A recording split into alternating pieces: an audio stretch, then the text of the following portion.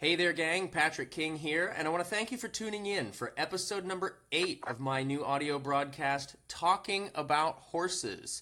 In these broadcasts, I try to bring you some of the best riders, horsemen, trainers, equine advocates, and thought leaders in the horse industry for tips, insights, and stories. You can listen at home, at work, in the car, or even in the saddle, either through Facebook, through YouTube, or by downloading the podcast afterwards from the iTunes store. Today, I'm pleased to bring you all the way from Australia, my friend Colleen Kelly. Colleen is a rider biomechanics expert.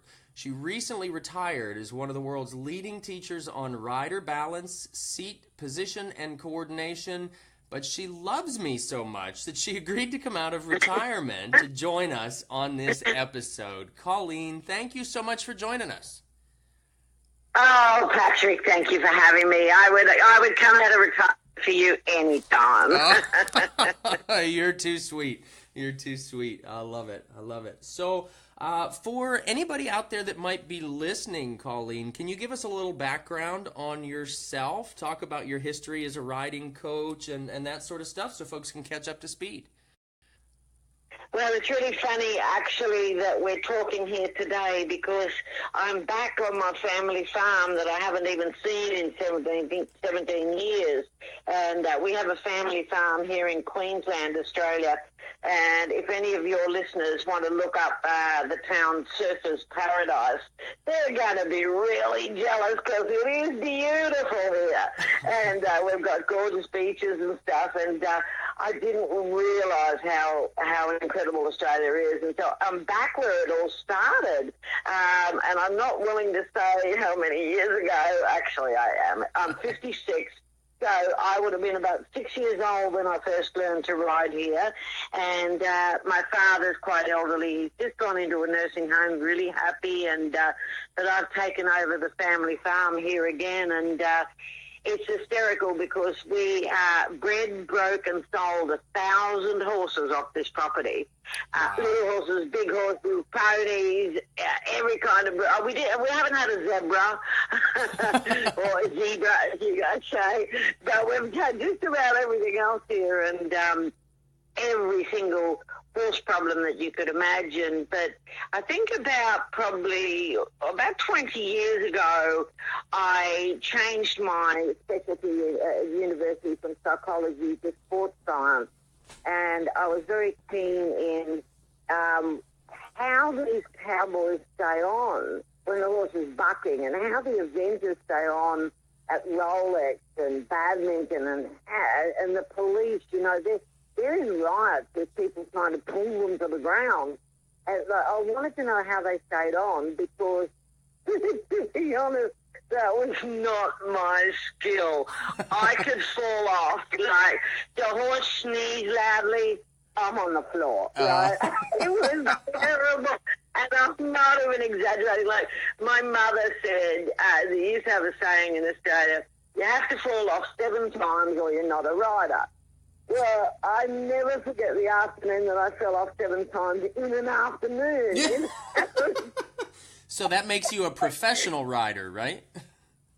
Well, PhD doesn't stand for what you think it does. It stands for piled higher and deeper. And I couldn't understand, especially these Australian cowboys over here. You guys over there, you've got incredible riders there too. How on earth they stay on. That was my number one thing. And I played polo cross, which is a pretty serious game, and I could never make it to the end of the match without coming off, And I just wasn't a natural. I just couldn't seem to understand what the skills were. So that was it. I just spent years and years and years and years interviewing the top riders and then eventually teaching the top riders as I studied more at university and asking them, well, what do you do? How do you stay on? And then an incredible thing happened. I used to donate a lot of time just to be nice to riding for the disabled here.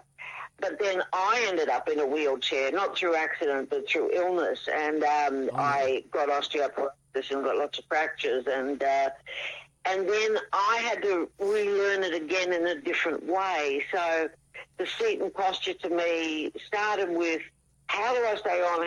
How do I don't die? And also how not to be nervous. How do the top riders like you get on and you're not scared?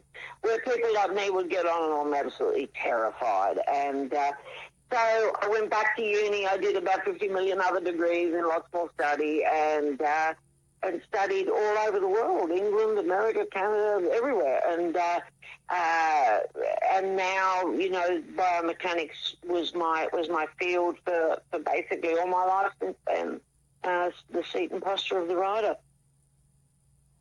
Fantastic. So in all of that study, I understand you also achieved a dressage judge's certificate. Is that right? Yeah, I kind of whacked that in there as well.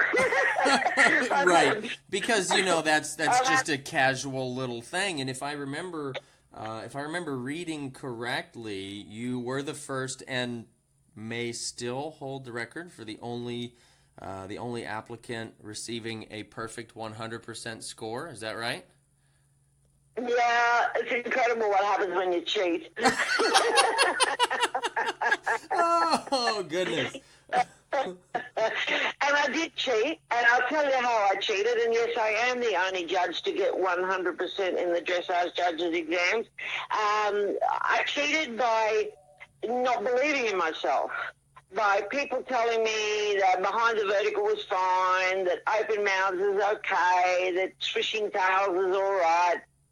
And me looking at the rule book going, hang on, the rule book says swishing tails is terrible and grinding teeth is terrible and tongue stuck out is just vile. But all the trainers were saying that was okay, the rule book saying not okay, and I was just tearing my hair out. And so I kind of didn't know what to do in that exam, and it didn't help that I was also learning from someone that was on the Australian dressage team for years, very, very famous. And he was one of the ones going, oh, yeah, you know, more leg, kick him out, more force, more this, where the rule book is saying relax and harmony and kindness, all this. So I read that rule book. I could quote it cover to cover. And what I did is I read the rule book, I hate to say in those days, into cassette. And in these days you just got sound recorder on your computer. But I read it and read the whole rule book cover to cover in the cassette, and I played it in the car non-stop. Like anywhere I drove, I would play the rule book again and again and again and again and again. So nobody could come at me with any kind of anything that's not in that book and say, you know, behind the vertical, excuse me, Article 418, such and such, I don't remember which one that one was, but I do remember things like Article 418, page 27, subsection 8, says that the thumb must be the highest point of the hand, things like that. So when I see the hands in a poor position, it's not Colleen Kelly says you're bad. It's the rule book says your thumb should be in a certain way because of your own safety and your own protection. And the rule books are about, and I'm talking about the dressage rule book, yes, which for Western riders, they really should read it. It's a great, great book. It's free. It's online. Just look up dressage rule book. And so the cheating was to read that book and spit it out like a machine, so that my own doubts and my own insecurities about, trainers saying these bad things are okay, side range, jaw range, stand-bonds, martingales, all this, they're all fantastic, but they're against our rules. So it was really, just studying and studying and studying because I didn't believe in myself, because I had so many big, important people to fight, and I think I won in the end. I got 100% and I didn't. There you go, right? There you go. So, that's it. How do you deal, Colleen? This is interesting to me that this point came up the way that it did. how do you deal with the riders and the trainers and, even some of the judges, let's be real, that are saying that some of those other things are acceptable now, even though... It's interesting that the judges, everybody says, the judges are rewarding these things. No, they're not. The judges, we can't get out of the judge's box and whack you over the back of the head and say, listen, you idiot, you do that to that poor horse one more time and I'm going to hit you. I would love to do that to some of the riders. But what happens is this. People don't understand the dressage judging score. It's Gotcha. 0 to 10. And if you were a gymnast or a high-carb diver or anything, or ice skater, anything that's judged 0 to 10, and I know ice skating changed recently. How dare they? Because I'm, an armchair expert on ice skating. No, not really. And any of these 0 to 10, what would you have to do to get a 6 in gymnastics? You would have to fall off the beam, break your 2 front teeth, wipe up the blood, get back on, and perform. To get a 6 you just go home and just die. You see them disappointed when they get a 9.1. Oh, no, right. I only got a 9.1. That's terrible. Now, the dressage judges are giving Olympians 4s and 5s and 6s. They're quite happily, no problem. You have a look at those Olympic scores and you'll see 0s and 1s and 2s. The judges are coming down on them. But the problem is this. That judge that gave you 6, 6, 6, 6, 6, which failed you, a 6 is, to me, a dead fail. Yeah. Because if you're going to the Olympics, you need a 65, a 6.5, 65%. You cannot make an Olympic team on a 64. So a 64 to me is fail, dead fail, go home, you're embarrassing. But most riders will go home and open the champagne and go, I got over 60. Right. I'm really, really good. Right. No, you just scraped your sorry butt through just a fail, but your trainer and yourself are trying to tell you that's okay. So there's a huge difference in the supper that the judges have and the supper that the riders have. You go to the restaurant where all the judges are, and the judges go, oh, God, it was terrible today. I didn't give 1-8. It was just awful. I couldn't bear it. I have to have a, gin and tonic to get over all these terrible horses. You go to the riders' supper that night. Oh, I won. I did this. I'm fantastic. I got a 62, which is a fail. Right. I got a 62, and I'm the best. So until the riders realise that 6 is bad, nothing will change. And funnily enough, the marks at most countries haven't changed in 30 years. They haven't changed in 30 years. The judges have been saying it. The riders just won't listen. Interesting. It is, isn't it? Yeah. And it's a big hint to read the rule book. You read the rule book. My first question of anybody in dressage is, what's the number one thing they're judging? And you watch people's faces just drop going, the number one thing they're judging, impulsion? Nope. Straightness? No, definitely not. That's the way higher up the list. But the number one thing they're judging, if horses on the bit? No. And you'll see them go through 37 answers and we're going, how many lessons have you had? Right. Oh, I've been studying for 17 years at dressage, and you don't know the number one thing they're judging. And it's really interesting. The number one thing they're judging is the walk within a range of 90 to about 96 beats per minute and stays there in collected walk and extended walk, stays exactly the same speed. And the trot between about 150, 160. All these numbers are on my website. You can just search for music and dressage. And that the canter is about 95 to 99. and stays there, that it doesn't get slower in pirouettes and collection, and it doesn't get faster in extension, that it has 3 speeds, that's it. The top riders know this, and they adjust their music accordingly. They seriously cheat. They have 4 or 5 different trot music. They'll have a trot music for piaffe, they'll have a trot music for extension, 2 different musics. So until that very clever person reads the rule book, realizes that the number one thing the judge is judging is regularity, in other words, the music, number one is the music. And nobody's going to change these marks, not for another 20, 30 years, until somebody comes along and figures out, the judges judge from the rule book. If I read the rule book, I might do better. So I think the judges aren't as bad as look, okay, of course you get a few idiot judges, you get a few idiot riders too, it all works out. Right. But I think the judges genuinely give the blue ribbon, or the red ribbon in Canada, God bless them, the blue ribbon to the one that wins.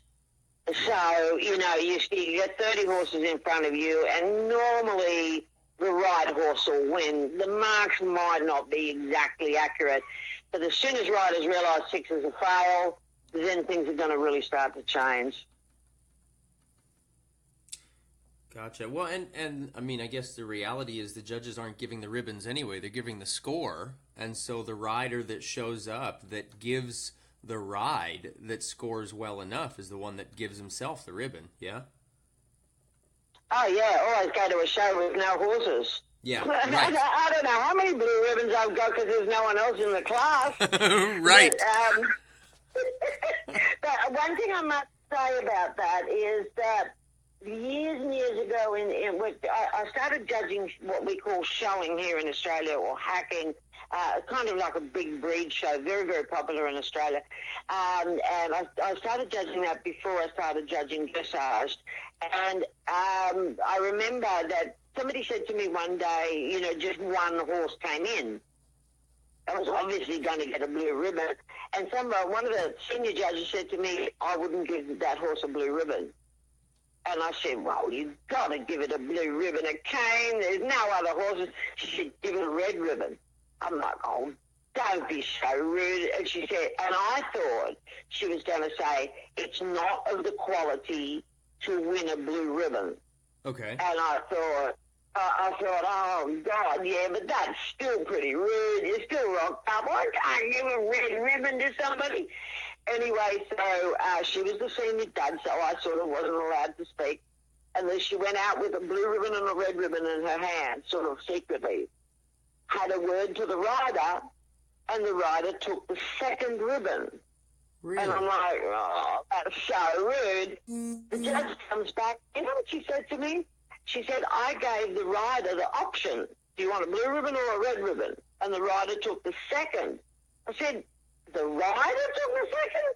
She said, yes. She said, because if I had given them the blue ribbon, that meant she couldn't go in any amateur classes anymore. And I went, oh. Oh, okay. No kidding. Okay. Question judge. Never question a judge, because you don't know what they're thinking. And they're always trying to do the right thing, but don't question the judge. Question them at dinner that night, and question them very politely. Yeah. Because you never know. We're really trying to do something good. And the other thing about horses that just rock up just with one horse is perhaps nobody else was good enough to show up. You won anyway. Yeah. Nobody else was good enough to present a horse in that class. You won. Right. You won fair and square. Right. So, yeah, it's interesting. So, yeah, wow. So all this talk about judging and competing, so if I understand this correctly, you've worked with people in 7 different Olympics. Is this correct?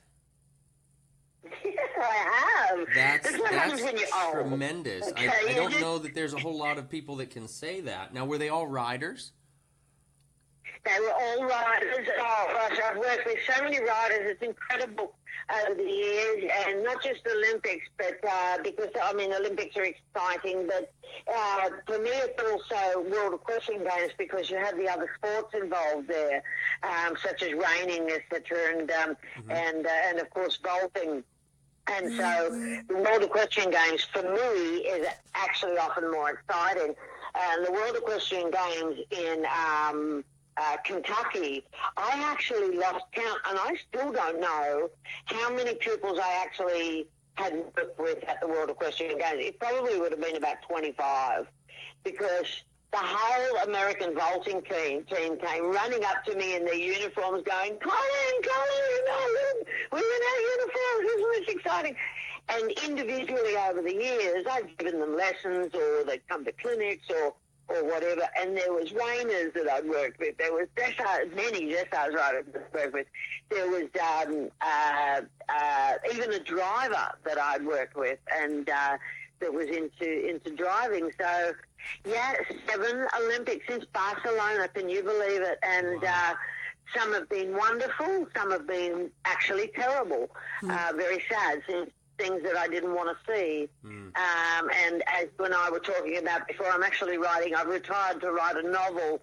It's a bit of a tell-all behind the Olympics about some of the bad things I've seen behind the Olympics. And so you can read about that in the novel when it comes out, or the movie when it comes out. So, it's 7 Olympics. But competition's not really my deal. It just that's more the people that I work with. That's more their deal. I personally, I've competed myself for very many years at Grand Prix level, but I love performing, and I love performing like in evening gala shows, and especially if we have vaulters or if we have ribbon girls coming down from the ceiling on ribbons, or any kind of fire. I'm a bit of a pyromaniac. I love performing in those gala evening shows, any kind of dressed up where I'm wearing, some beautiful gown and a frieze, you're out there. And, I love all the performing stuff, because to me, performing is only about beauty. It's nothing else. It's not about winning. It's not about losing. It's not about, is this horse on the bed?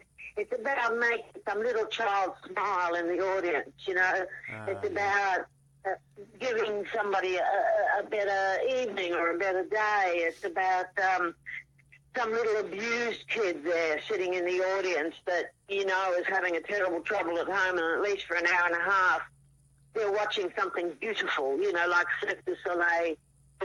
That's my true love. I love all that stuff. And you may know that I performed for many years with Rex the Wonder Horse and Patch the Wonder Dog here in Australia. And yes. My own dog Amber is being flown out to Australia as we speak, and I'm missing her desperately. I'm sure. Wow. So you just moved back full-time to Australia, yeah? Yes, full-time to Australia. It doesn't mean I won't stop travelling. I don't think I'm full-time anywhere ever. But, back on the family farm. I'm not teaching riding this year at all. I've got only one commitment this year, and that's in New Zealand for Equitana, which is a really, really huge thing over there.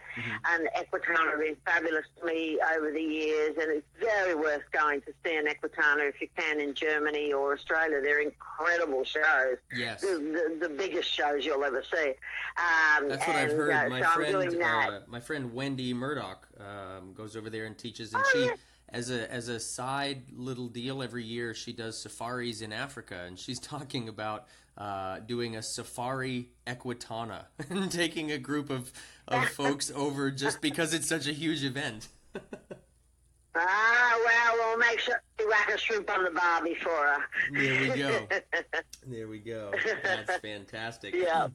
So with all these shows and with all these competitors that you've worked with, and with all of the evening performances and things like that, surely something that would come up, and I want to spend some time chatting about this if that's all right with you, but surely something that would come up is nerves on the part of the rider. Or the performer, right? If they're not riding in the performance, what's your take? Why do we have riders getting nervous in these situations, and what is it that they can do to help themselves with that? Look, I think that everybody's been through that. I have been so scared with my horse. I had a horse called Collaborator, and this thing dumped me on the floor 3 times in a row, and badly, like broken bones kind of badly. And I was so scared of that horse that when I went in the stable to brush the horse, I would burst into tears. I would throw up on the way to lessons. I mean, that's how scared I was of the horse. Wow. Now, I've identified, I think it was, I wrote an article a million years ago identifying 8 major fears. Bucking, rearing, bolting, shying. This obviously doesn't apply to most people, but looking bad physically. For example, fats, cellulite, and for me, it was big boobs. Now, I know that sounds funny. I know people are probably laughing at that, but when you're a girl and you're a double G cup and you're coming down the center line and it looks like 2 cats fighting in the bag. And the fillies are not staying where they should be, and the fillies are trying to jump out of the top paddock and jump below the bottom fence and jump everywhere. When you're a double G cup and your chest is huge, it actually stopped me riding. It didn't stop me riding at home. It stopped me riding in public, anywhere. For probably 10 or 15 years, no one saw me ride. In fact, a lot of people didn't even think I could ride. And then finally I lost a lot of weight and I got it together a little bit more mentally. And then I went, the hell is it? I can actually do this. And I didn't do it for very long. I only went back competing for a couple of years. But I went back, won everything, showed them how it was done, and retired. So I really know how it could be one of many fears. Firstly, you need to know what the fear is. Is it a fear of rearing? Is it a fear of bucking? Is it a fear of the judge? Is it a fear of how you look, visually look? In other words, are you fat? You look tragic. In your mind, not in my mind as a judge. And I'll get to that in a sec. What is the fear? Is the fear your parents looking at you and your parents criticizing you? Is the fear your husband going to have a go at you? Is the fear that your coach thinks you're an idiot and here we go, we're going to have exactly the same lesson next week? What is the fear? Because the fear of rearing is not the same as the fear of your boobs bouncing in kidding trough. Right. And so that fear has to be nailed down probably to your childhood, probably so deep in your soul and so deep in your personality that a lot of people don't even want to go there. And that's why they probably never fix it. Yeah. But if you're smart enough to go, hang on, I've got a sore foot. So what do I do with my sore foot? Well, I'll go to get some new shoes. Well, that didn't work. I'll go to get some pads for my new shoes. Well, that didn't work. Well, I'll go to a podiatrist. Well, that didn't work. Well, I'll go to a chiropractor for my sore foot. That didn't work. I'll go to a surgeon. He fixed it. And somewhere along the line of just getting more and more educated about whatever that problem is the answer.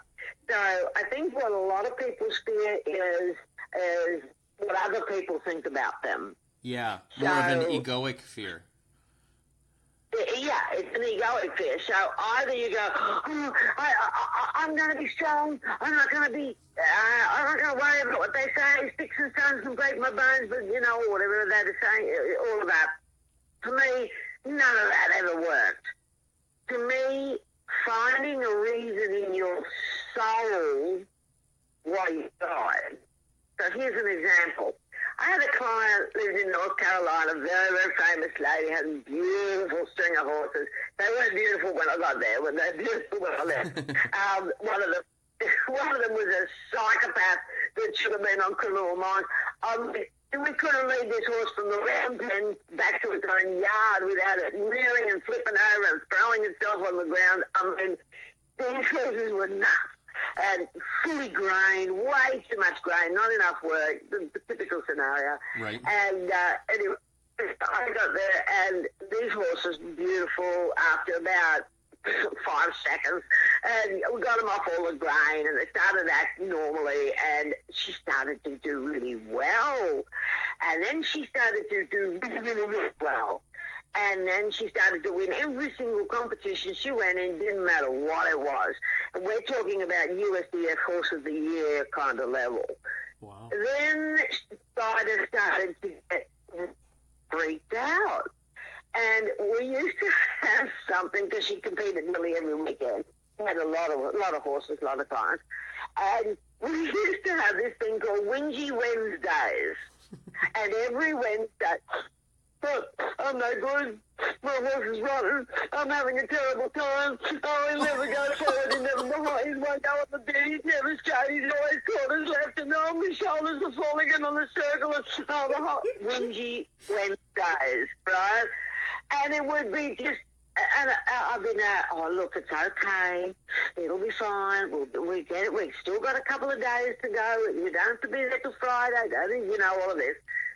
Finally, one Wednesday, after months of these Wednesdays, finally said, oh, shut up. You're not living in a cave in Afghanistan. You're not being shot at by rebels.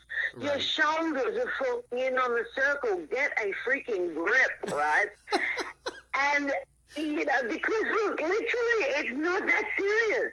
Right. So, of course, that weekend, she wins again. Next Wednesday, she's whinging again. So next week, she wins. So then I come to Australia. Now I'm getting whingy Wednesday emails. Oh, no. So I said, oh, yeah. So I said to her, okay, this has got to stop. Now I'm in Australia. I'm not going to hold her hand anymore. I'm done. You have to decide right now why you are riding. Are you riding to win medals? In which case, if you're riding to win medals, that's okay. It's a business. Work 9 to 5. At 5 o'clock, someone else goes and looks after your horses and you go home. It's a business. A lot of people do that, and it's okay. Right. Are you riding because it's a pet and you love it and it's cute? Are you riding because you have low self-esteem and this is really big and you can control it and aren't you great and this makes you feel good? Why do you ride? So I get this email back. She goes, I actually don't know. I'm a professional. I like it. But I actually don't know. So I said, all right, well, let's make up a reason. How about this? 1 in 5 girls are sexually abused. 1 in 8 boys are sexually abused in the United States and in Australia, sadly. Why don't you ride for one of them? She said, what are you talking about? I said, sooner or later, in the crowd, there will be a little girl watching you who's, I don't know, 10 years old, and she's being sexually abused or beaten up, or dad's an alcoholic, or mum's a drug addict, and she's watching this beautiful lady on a black horse with the tail softly floating left and right, with a big smile on her face, and the horse's mouth soft, and the reins loose, and no drugs, and no whips, and no spurs, and just beauty. How about you go ride for her? And I ended the email. Sunday night, I get a phone call from America, which is Monday my time, with her bawling on the end of the phone. I said, all right, what happened? She said, I arrived Sunday morning very early to my class. There was nobody there at the competition except, you would not believe it, a little girl. Oh, I'm getting emotional even saying it. Standing by the arena. There was this little girl. The little girl said to her as she went in, can I pat your horse, miss? She said, look, I'm just about to ride, but if you wait there, I'll let you have a pat on the way out. Anyway, so she goes in and she wins the competition. She's on the way out. She said to the little girl, Here, which you can't do legally now, you need, but at the time it was okay. Here, put this helmet on your head and get on my horse and I'll lead you back to the stables. And she led the little girl on her Grand Prix horse back to the stables.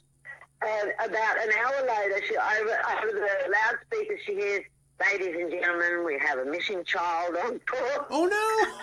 And this kid had basically run away from her mum as soon as she found these beautiful black horses, and she was playing with the horse. The mother rocks up at the stables. She meets the lady that was riding, and it turns out the mother's only just lost her husband.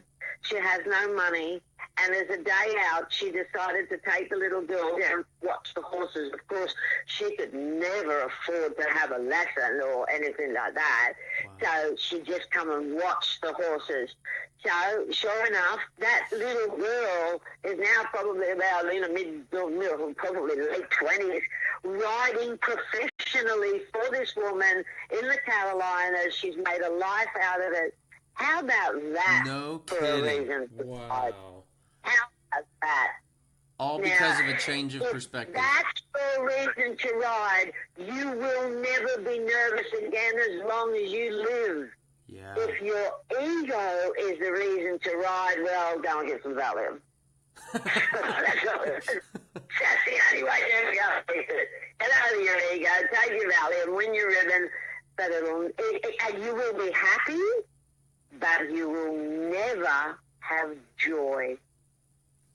You will be happy, but you will never have joy.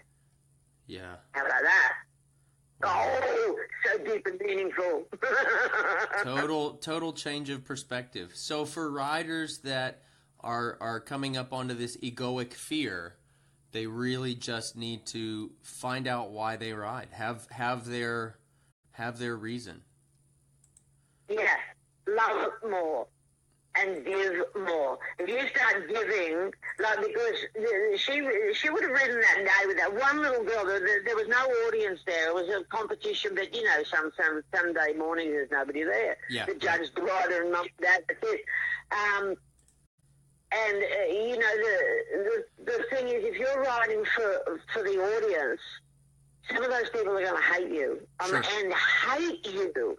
I mean, I get the most vile emails sometimes in Facebook messages from people that loathe me. And they live in Scotland. I've never been to Scotland. Wow, yeah. They hate me. And the weirdest thing is I get emails from people that live in, the Outer Hebrides, and they love me. I've never been to the Outer Hebrides. So you got to really start to go, listen, there's a lot of crazies out there for a start. You just don't listen to them. And find that reason to give. If you're riding to give to an audience, I mean, I have cried at nearly every performance I've ever given on stage. I'm out there bawling my head off.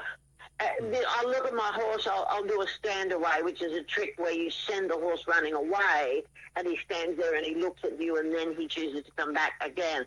And the sending away, a lot of people can't do that, send away and come back. And when I do the send away and the horse is standing there just looking at me, I'm like, Right.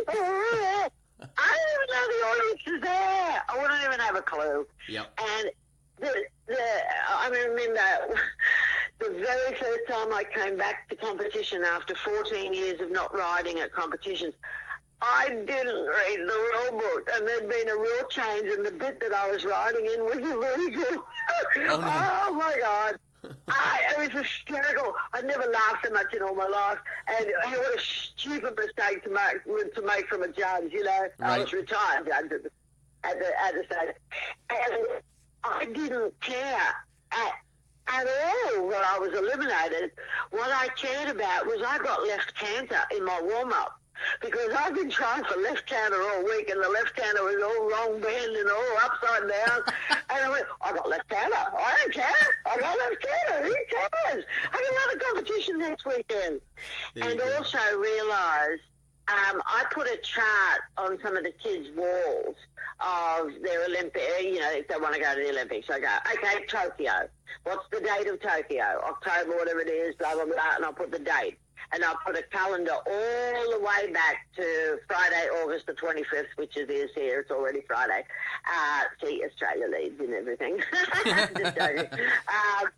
And I put the calendar back to today's date, every single day, all the way to Tokyo Olympics. Or the goal might be all the way to ride in an endurance ride, or all the way to ride in a charity ride, or whatever your goal is.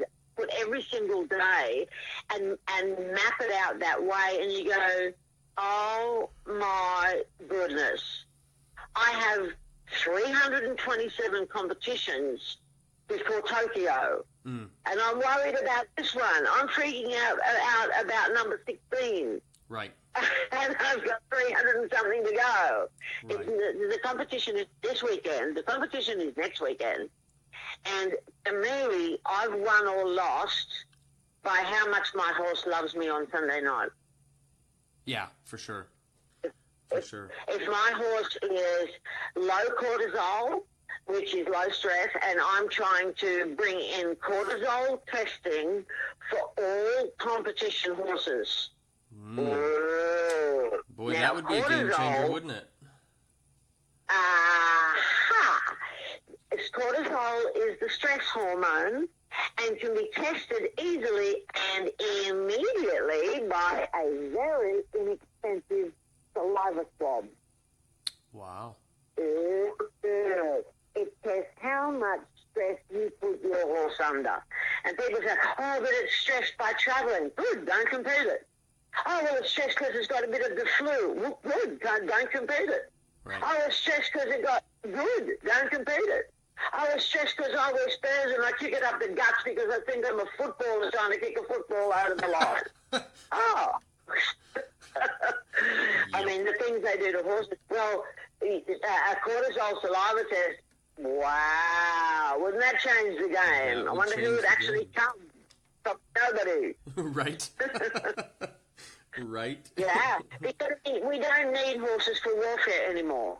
That's gone now. Yeah. We still need horses for the police, for crowd control. We still need horses in developing countries for agriculture, and but we don't need them for warfare. So why do we need to pick them up the guts like that with the spurs and everything? That's all. You can't do that anymore. It's illegal. It's just nobody's prosecuting the cases. Right. It's very illegal.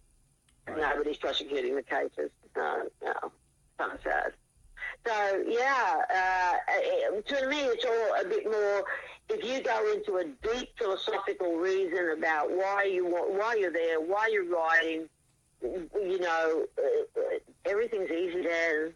I could go out and compete tomorrow and have the worst time of my life if I was out there to make Colleen Kelly better or more famous, or I'd be crying, I'd be upset, I'd be stressed.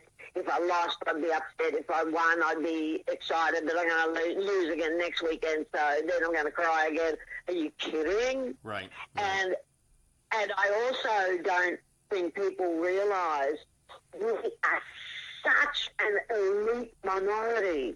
We are the wealthiest people in the world. And where we won't give $20 for World Vision to help a starving child, we'll easily go and buy a $400 bit. Get a grip.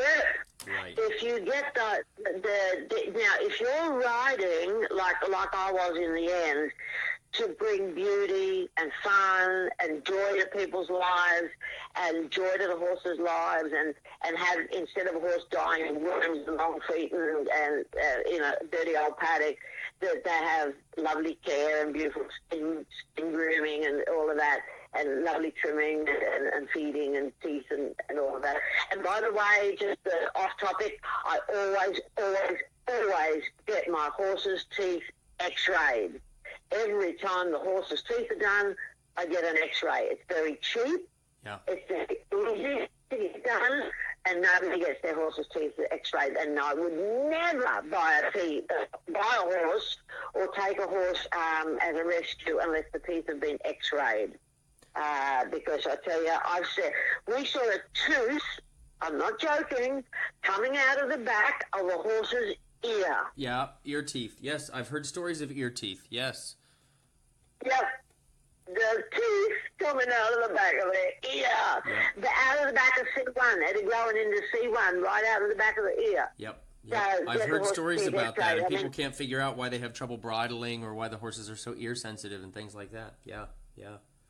Well, how about this? I had a horse that bucked, and the head rider of the Royal School almost gave this horse to me. I did pay a little bit, but it was nothing. I mean, this was an imported German horse, and I paid, I spend more at Starbucks, it was nothing. And this horse bucked and bucked and bucked, and he said to me, I said to him, have you ridden it? He goes, I'm good, ridiculous. I'm not getting on it. Why would I want it to myself, And I did all the training from beginning to end, as I said, we've bred, broken, sold 1,000 horses on a property. Broke is not the right word, you know what I mean. Right. But this thing I could not fix. It was like, oh my goodness. And somebody said to me one day, they said, if you can't fix the horse, you can't fix it. It's not fixable. There's something wrong. There's physically wrong with the horse. And I was there, and I went all over it, and it turned out the horse had an osteoma, which is just a bony lump pushing against its back tooth, which apparently was invisible. The dentist couldn't see it. On X-ray, and a $200 operation, and I had hundreds of thousands of dollars worth of horse. Wow. How about that? Wow. And the horse is a psycho. Dental care is so about often overlooked, and that's something that I preach to everyone as well. The dental care, there's so much of it that so many issues that we see that will come directly back to that. Absolutely. Yes, saddle pads to me, and nose bands. Oh, don't even start me on tight nose bands. I just want to. I don't even know what to do anymore because I'm leaving an industry probably as bad or if not worse. But that's partly what my book is about. Is we all know something terrible happened at Rio allegedly, and we all know something that terrible happened at Beijing allegedly. Two different riders. Yeah. Allegedly, too. And very, very, very serious. And so I found that I couldn't do anything about it legally. So I am writing a novel. It obviously won't be about those riders, but it'll be pretty close. And that's all I can do and pray. Because this noseband thing is, when I was a head technical delegate for Australia for our championships, what you would call the SPCA, what we call the RSPCA here, it contacted me prior, about 3 or 4 days prior, and warning me about a particular rider that they were trying to catch, but he didn't unfortunately show up, and he'd been forewarned, unfortunately, and to look for wire underneath the nose bands in competition. Oh, wow. Yeah. For wire. And that was the RSPCA contacting me as an official delegate saying, please look out for that. That's the latest. Yeah. Oh, okay, thank you. Thanks for that phone call, Oh, boy, what can you do? Wow. Well, there's a lot of stuff that goes on that, is certainly not what we would want to have happen. And I guess the best we can do for everybody, aside from write a book for them, is well, start writing, I'll buy yours. Exactly, right? And you have to personally sign it. Right, and I guess the best we can do from there is just prove that better horsemanship just works better, Yes, and I think that love conquers all. Love trumps hate. It always has and always will. Yes. The horses and love will win in the end, I hope. And more publicity of the good stuff. I spent years being hated by half the community, and I had a lot of enemies when I'm leaving this industry because I spoke out on drugs, I spoke out on beating, I spoke out on whipping horses to to get PR. I spoke out on behind the vertical. Don't even start me on roll curl. I mean, at least that's illegal. But what about behind the vertical? Right. Behind the vertical to me is bad, and because I spoke out on all of them and very loudly, and I didn't care who got upset with me. I don't know that I changed very much. I brought awareness to the bad stuff, and so what I'm trying to do with my Facebook page now is, certainly I'm still on all the anti-roll call pages and all of that, but what I'm trying to say more is the good stuff. So I remember one day going through Facebook and deleting every single bad stuff. Well, maybe not all the bad stuff. I'm still going to have my say sometimes. But deleting really 75% of my bad stuff, to try to do it nicer, to try to say, hey, this is a nice shape of a horse. Look at this lovely loose reins. Look at this lovely pole height. Look at this lovely horse just in front of the vertical. Look at this person with straight feet not kicking the hell out of their horse. Right. Look at, and I think publicity on the good side.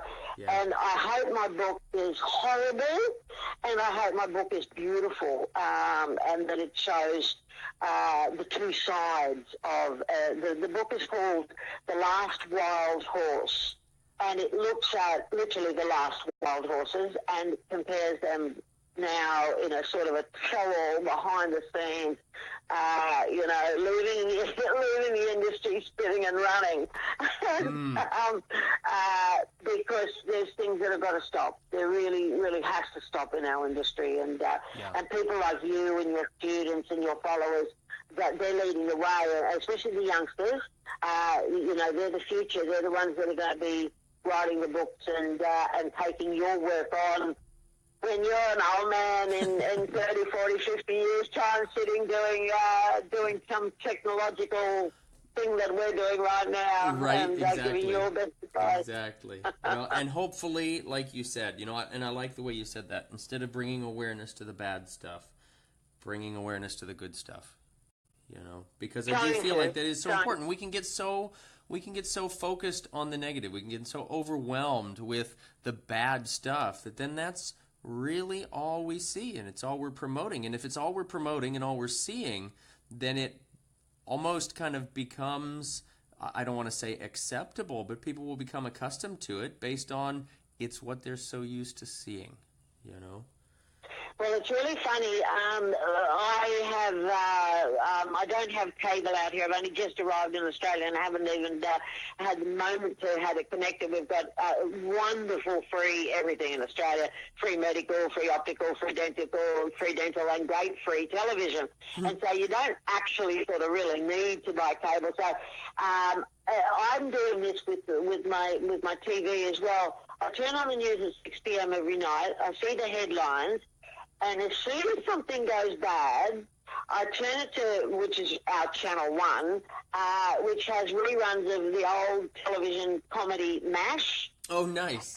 And, well, it makes the funny side of war. Yeah. And as Spain happened the other day at Barcelona, I walked down that street in Barcelona. I walked over London Bridge with my sister. I've been to these places. When Leonardo da Vinci Airport was bombed, I've been right at that counter. Wow. So I know these places because I travel so much. So as soon as the bad stuff comes on, I see, okay, Barcelona, I say a prayer for them, and I turn it immediately off. Yeah. Because otherwise, I'll sit here crying. Yeah. Going, oh no, Las Ramblas, I remember where we had supper. No, I can't do that. I have to turn on some rock and roll music or turn on MASH. I said, no, we can't do that because that's very bad for an athlete's training to listen to sad music, watch sad stuff on TV, watch sad stuff on Facebook. You become aware of it, spend some money, donate, and get on with it. Because otherwise, if you're an athlete, and especially a professional athlete, you'll be sitting in front of the TV crying all day long, sucking your thumb. Right. And, a lot of people, funny, I have a go in my book at people that say that they have low self-esteem. And they say, oh, I've got low self-esteem. I say, good, you deserve low self-esteem. And I say, what? What do you mean? I say, well, esteem. What is esteem? Well, esteem is when you esteem somebody. They're an important person. They've done something. So who do you esteem? Well, Mother Teresa, I esteem Gandhi, I esteem Mandela. And you're sitting on this couch, why would I esteem you? You've done nothing. Get off the couch, I'll esteem you. And guess what? You will esteem yourself. Right. There we go again, changing the perspective, right? I love that. Yeah. I love that. You deserve low self-esteem because you've done nothing for humanity.